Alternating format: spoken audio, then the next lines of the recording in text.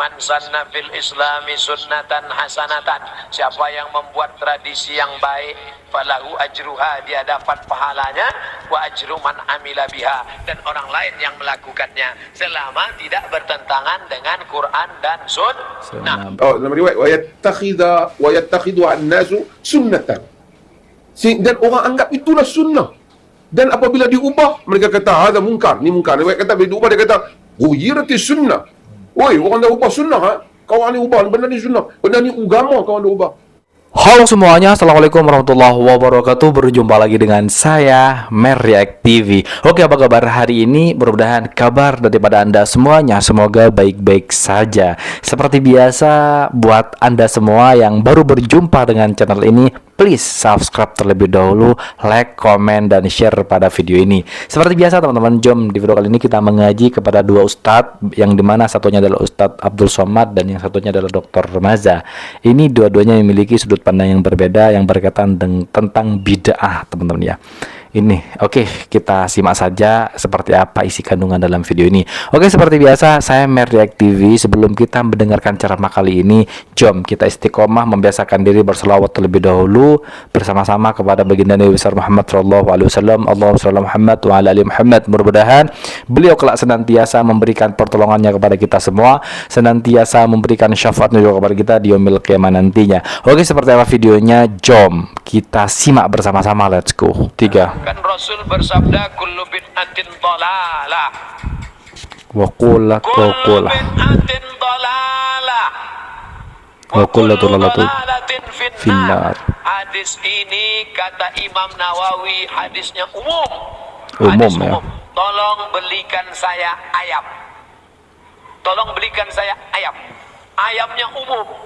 Ayam penyet, ayam patah, ayam pop, ayam sungsang, ayam fried chicken, ayam panggang, ayam bakar, ayam kampung, ayam hutan. Ayam apa? Setelah di jalan dia bingung, ini ayam apa? Nelpon sekali lagi, ayam apa? Ayam pop. Ayam pop. Maka yang pertama tadi umum dikhususkan oleh yang kedua. Begitu juga kata Imam Nawawi. Yang mensyarah hadis Sahih Muslim. Kullu bid'atin dhalalah, semua yang bid'ah itu sesat, umum.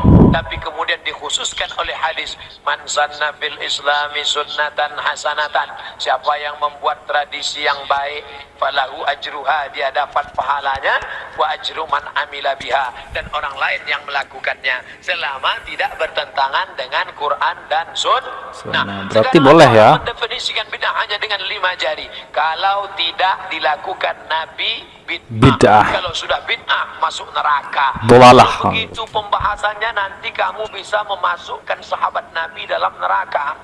Contohnya ada sahabat Nabi yang sholat dari isya sampai subuh ayatnya kul huwallah. Walil maghdubi alaihim waladdallin amin. Kul huwallahu ahad Allahu samad. Rakaat kedua kul huwallahu ahad Allahu samad. Rakaat berikutnya kul huwallahu ahad Allahu samad. Rakaat berikutnya kul huwallah. Itu pernah enggak dibuat Nabi? Enggak pernah. Kalau dipakai definisi, kalau enggak dibuat Nabi bid'ah, berarti sholat pakai kul huwallah dari isya sampai subuh bid'ah, masuk neraka. Nama sahabat Nabi yang sholat begitu siapa? Qatadah bin Nu'man dalam kitab hadis Musnad Ahmad bin Hanbal. Tapi perbuatan itu dibenarkan Nabi, sunnah takririyah. Oke, itu Nabi masih hidup. Bagaimana sunnah dengan takririyah Abu Hurairah? Abu Hurairah sebelum tidur malam menyimpul tali 2000 simpul tali dipakai bertasbih sebelum tidur malam. Subhanallah, subhanallah, subhanallah, subhanallah, subhanallah. Ada diajarkan Nabi, hai orang-orang beriman, sebelum kau tidur malam ambil tali jemuran, buat 2000 simpul, sebelum tidur petik 2000. Ada? Tidak ada. Jadi kalau didefinisikan, kalau tidak dibuat Nabi bid'ah, engkau sudah memasukkan sahabat Nabi ke dalam neraka karena definisi yang singkat, yang pendek, pemiskinan. Oleh sebab itu ulama faham, sudah saya tulis lengkap dengan dalil-dalilnya, 444 halaman terkait masalah bid'ah. Tidak semudah itu saudaraku. Ada namanya Imam Ibnu Taimiyah. Imam Ibnu Taimiyah kalau selesai sholat subuh, dia tidak keluar masjid, dia melihat ke atas membaca Al-Fatihah sampai terbit matahari. Bismillahirrahmanirrahim. Alhamdulillah rabbil alamin arrahmanir rahim maliki yaumiddin iyyaka na'budu wa iyyaka nasta'in, sampai terbit matahari. Itu tidak pernah dilakukan Nabi. Kalau dipakai definisi, Kalau tidak dilakukan Nabi bid'ah, berarti Ibnu Taimiyah sudah membuat bid'ah karena membaca Al-Fatihah dari sejak sholat subuh sampai terbit matahari. Maka jangan katakan bid'ah kalau tidak dibuat Nabi bid'ah. Ini tidak betul. Yang betul adalah kalau tidak ada dalilnya bid'ah. Oh, jelas teman-teman ya. Kalau tidak ada di zaman Nabi bid'ah, itu tidak sesuai teman-teman. Karena kalau menggunakan hukum itu, maka banyak para sahabat seperti Umar bin Khattab, seperti Bilal bin Rabah yang mengambil udhu, setelah ngambil udhu itu baca apa? Aduh, lupa ya Allah. Itu tidak ada di zaman Nabi, tidak dicontohkan oleh Nabi, tapi diakui oleh Nabi. Banyak sebenarnya. Maka kalau kita menggunakan sistem apa yang tidak dilakukan oleh Nabi adalah bid'ah, maka banyak sahabat Nabi yang masuk neraka dong. Selama ada dalil hadis qauli, hadis fi'li, hadis Hadis takriri, perbuatan sahabat, qiyas, ijma, maka perbuatan itu tidak bid'ah. Oke teman-teman, itu pendapat daripada Ustadz Abdul Somad. Jelas, sangat jelas sekali. Dan sekarang kita dengarkan juga pendapat daripada Profesor Dr. Mazah. Oke. Tapi taklah conclusion sangat mungkin. Untuk masyarakat awam, kita keluar sikit lah pasal dalam komen-komen tu kita tak dapat lari daripada komen yang berbau politik. Kita ada Dewan Ulama PAS. Kita juga ada ulama UMNO. Macam mana ada tu? UMNO. Sebagai masyarakat awam dia ada fatwa ulama PAS, fatwa ulama UMNO ni. Dua-dua ulama tu. Ulama mana yang kita nak ikut ni? Kalau ulama PAS keluarkan keputusan, wajib uni PAS. Kalau ulama UMNO keluar keputusan, wajib uni UMNO. Ulama mana tak nak ikut? Siapa yang tak Sebab ikut? dua-dua dewan ulama. Siapa yang tak ikut ulama? Itu kita kata kembali akhirnya kepada asas ilmu. Kembali kepada hujah, bukan kembali kepada individu. Mesti ada penilaian. Dan kemudian, adakah hanya kawan tu kerana dia ustaz, dia pakai lebay, maka dia perkataannya akhirnya telah jadi maksum. Dan kita hidup pada zaman fitnah. Nabi Abdullah bin Mas'ud dalam riwayatnya mawquf Abdullah bin Mas'ud, sebahagian menganggap ia marfu', diriwayatkan oleh Darimi, diriwayatkan oleh Hakim Saburi dari sebuah hakim. Kata Abdullah bin Mas'ud, kaifa bikum idza labisatkum fitnah yarbu fiha as-saghir wa yahrumu fiha al-kabir wa tuttakhadhu sunnatun. Dalam riwayat yang lain dia kata wa yattakhidhuha an-nas sunnatan hatta idza ghuyirat yawman qila hadha munkar, ya idza ghuyirat qalu ghuyirat sunnah. Maksudnya kamu apa akan jadi pada kamu nanti, kata Abdullah bin Mas'ud, apabila kamu nanti akan dibaluti oleh fitnah. Ini kita berlaku. Ulama-ulama hadis kata fitnah ni benda yang merosakkan agama. Mereka akan masuk bid'ah, inhirafat, penyelewengan. Ini fitnah. Dia bukan mungkar buat maksiat. Fitnah ni masuk benda yang menggugat agama kita. Pasal macam bid'ah, bila dia datang, orang sangka agama. Kan? Idza labisatkum fitnah. Ketika itu kata dia, yarbu fiha as-saghir, budak-budak ni daripada kecil sampai besar, itulah yang dia faham. Wa yahrumu fiha al-kabir. Orang tua-tua yang tua pun dah tua, dia takut faham macam tu lah. Macam tadi Ustaz kan dia sebut tadi. Wa tuttakhadhu sunnatun, dalam riwayat wa yattakhidhu an-nasu sunnatan. Dan orang anggap itulah sunnah.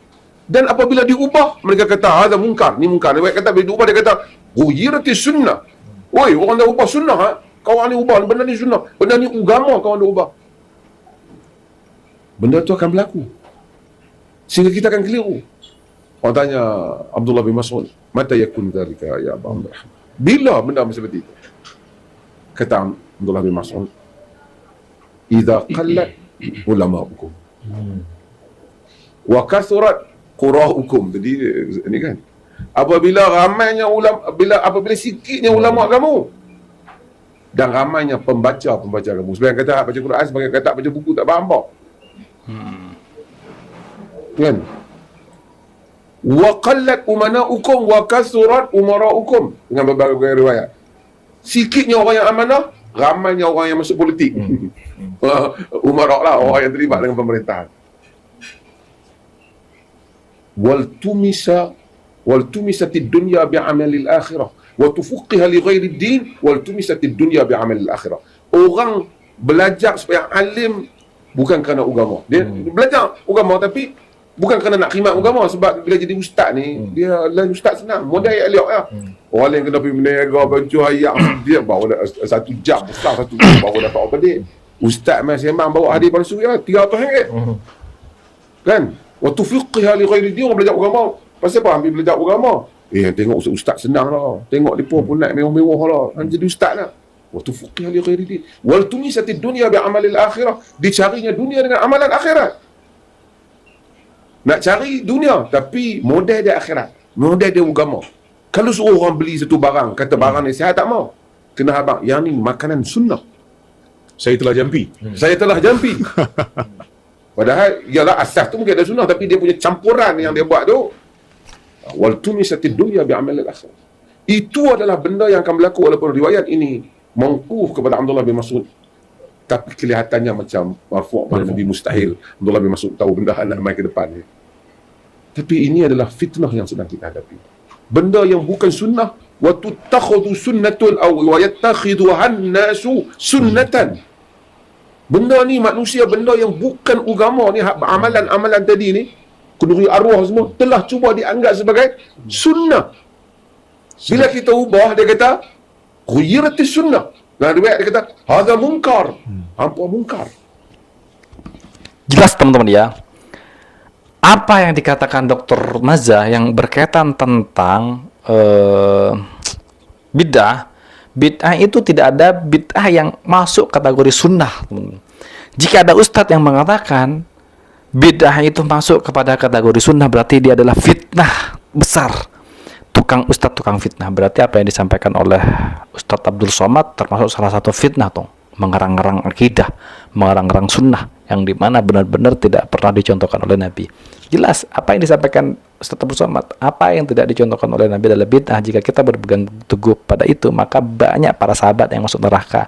Karena banyak amalan-amalan para sahabat yang tidak pernah dicontohkan oleh Nabi, tapi dicontohkan oleh kita-kita ini sebagai tabi'in. Seperti itu.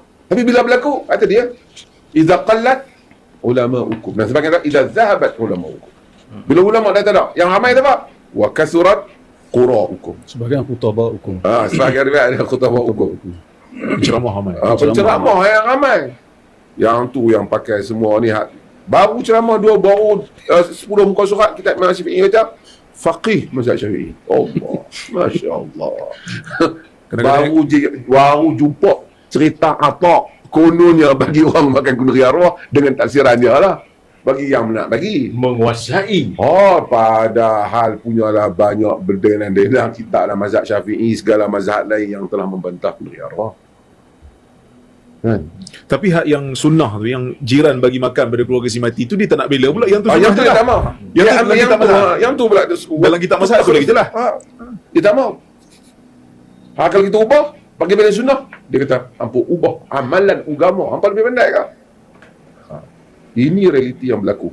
We are facing this challenge. Kita menghadapi cabaran ini. Dan mudah-mudahan Allah Ta'ala rahmati kita. Amin, amin. Usaha kita lah untuk memandaikan umat dalam masalah. Alhamdulillah, dengan berakhirnya ulasan daripada Samahatul Mufti tadi, berakhirlah juga podcast kita. Cuma untuk edisi kali yang ke-20, kita tahu setiap tajuk-tajuk kita responnya berbagai-bagai, menyokong dan juga menegur, mengkritik, ada juga yang menghina. Tetapi itulah asam garam kehidupan. Kami terus tampil dengan tajuk-tajuk untuk memandaikan masyarakat. Dan semua kuliah-kuliah yang dituduh menghina ulama ini dirakam, disiarkan, tidak dibuat secara tertutup. Boleh mendengar dan menilainya sendiri. Di mana ada salah dan silap, tunjukkan. Kita boleh rujuk kepada kebenaran. Tetapi mereka menyandarkan sesuatu yang tidak disebut, ini ialah fitnah lagi jahat. Mudah-mudahan kita semua dirahmati oleh Allah Subhanahu Wa Taala. Amin, amin, Allahumma amin. Boleh berpodcast lama-lama kerana nasi telah terhidang. Tidak ada khilaf. Bila qamat ada makan dulu kan. Jadi kami tak mau menyelisih sunnah pada malam ini. Jadi sekian sahaja untuk malam ini, insya-Allah pada minggu hadapan kita akan tampil sekali lagi podcast kita pada hari Rabu insya-Allah. Doakan kami semua diberikan kekuatan untuk terus Amin, Allahumma ada amin. yang kata podcast ni kata ke orang, podcast ni syok sendiri, tapi alhamdulillah puluhan ribu yang syok bersama-sama. Oke teman-teman semuanya, itulah video reaction hari ini. Masya Allah, alhamdulillah kita sudah mendengarkan ceramah daripada Ustadz Abdul Somad dan juga Dr. Maza, ada Dr. Rozaimi juga. Mudah-mudahan apa yang kita dengarkan menjadi rahmat, menjadi ilmu, menjadi keberkahan buat kita baik di dunia dan di akhirat nantinya. Jadi apa yang dikatakan oleh Ustadz Abdul Somad itu tidak sesuai dengan apa yang dikatakan oleh Dr. Maza. Ustadz Abdul Somad mengatakan bahwa tidak semua bid'ah itu adalah dolalah, karena ada bid'ah yang diakui adalah bid'ah hasanah, teman-teman ya. Kalau kita menganggap semua bid'ah, semua yang apa yang tidak ada di zaman Nabi itu adalah bid'ah, maka banyak para sahabat, para ulama yang masuk neraka, karena ada dan beberapa sahabat, beberapa ulama yang melakukan amalan-amalan yang tidak diajarkan oleh Nabi tapi diakui oleh Nabi, kata Ustaz Abu Somad. Tapi Dr. Maza mengatakan jika mengatakan bid'ah itu adalah sunnah, sebagian daripada sunnah, ada bid'ah sebagian daripada sunnah, maka adalah fitnah, kesesatan. Karena sudut pandang daripada Dr. Rozaimi dan Dr. Maza adalah semua bid'ah adalah dolalah, karena apa yang tidak dicontohkan oleh Nabi adalah kesesatan. Seperti itu, ya. Allahu Akbar, Masya Allah. Jadi menurut teman-teman, saya sependapat dengan Ustadz Abdul Somad kali ini. Jadi amalan-amalan yang tidak dicontohkan oleh Nabi, termasuk seperti sholat tarawih dan lain sebagainya, itulah termasuk salah satu, apabila kebaikan maka itu akan mendapatkan pahala insyaallah. Oke, buat Anda semua yang memiliki kritik dan saran, silahkan komen di kolom komentar. Jangan lupa like, komen, dan share pada video ini. Subscribe terlebih dahulu pada channel ini. Baik, kita akhiri dengan kalimat hasbunallah wa ni'mal wakil, ni'man maula wa ni'man nasir, wa la haula wa la quwwata illa billahil aliyyil azim. Kita ketemu next video berikutnya. Assalamualaikum warahmatullahi wabarakatuh.